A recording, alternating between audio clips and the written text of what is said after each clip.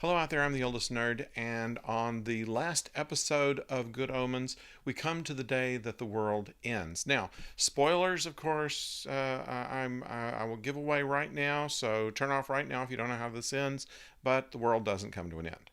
I don't know if that's a huge spoiler or not, but it leads to a very good line by Aziraphale who says, imagine how awful it would have been if we were competent.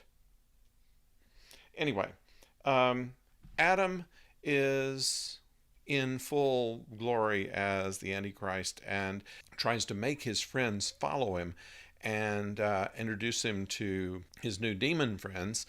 And the friends are having nothing to do with that. And there's a choice. There's a choice that has to be made between Adam and his friends, the them, and the demon friends. And it turns out that his real friends actually went out.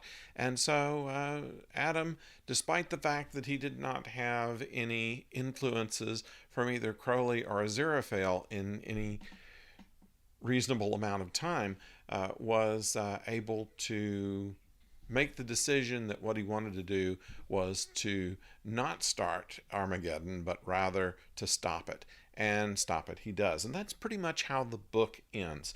Only a paragraph or so in the book indicates what happens after that, but there are a few things that are added in that were not in the book that are kind of interesting.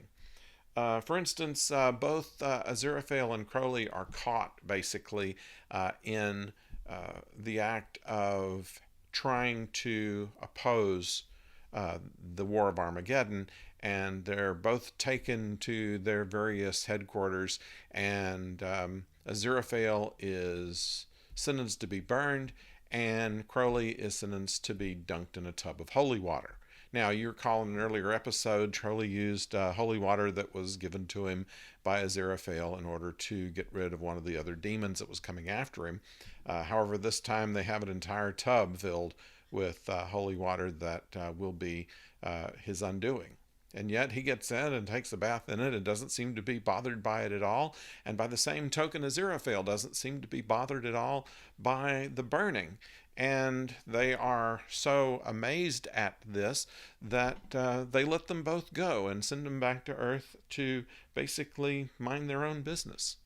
Now, none of this was in the book. None of it was in the book of what happened after Aziraphale and Crowley were sent back to Earth, but it does leave an opening for a sequel to this series, and there's a possibility that that could be done. If Neil Gaiman is interested in writing an update to this, this would not be, this leaves that opening for it.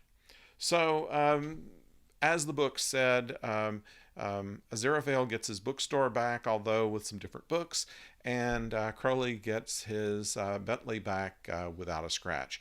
And so they have a, first of all, a big reveal that the way that they got through the various headquarters without being destroyed was that they had had an agreement earlier on to switch bodies.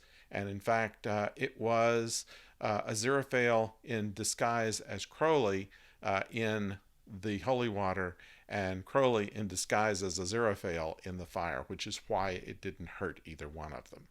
They have a glass of wine together and toast to Earth. Not a bad way to end the show, if you ask me. And so if you have comments about this or other videos related to Good Omens, please put them down in the comments. In the meantime, if you've not subscribed, I would appreciate that if you do. Next video will be in about a week, and we'll talk about some more Star Trek or Doctor Who news that's coming up. Until then, though, don't go far.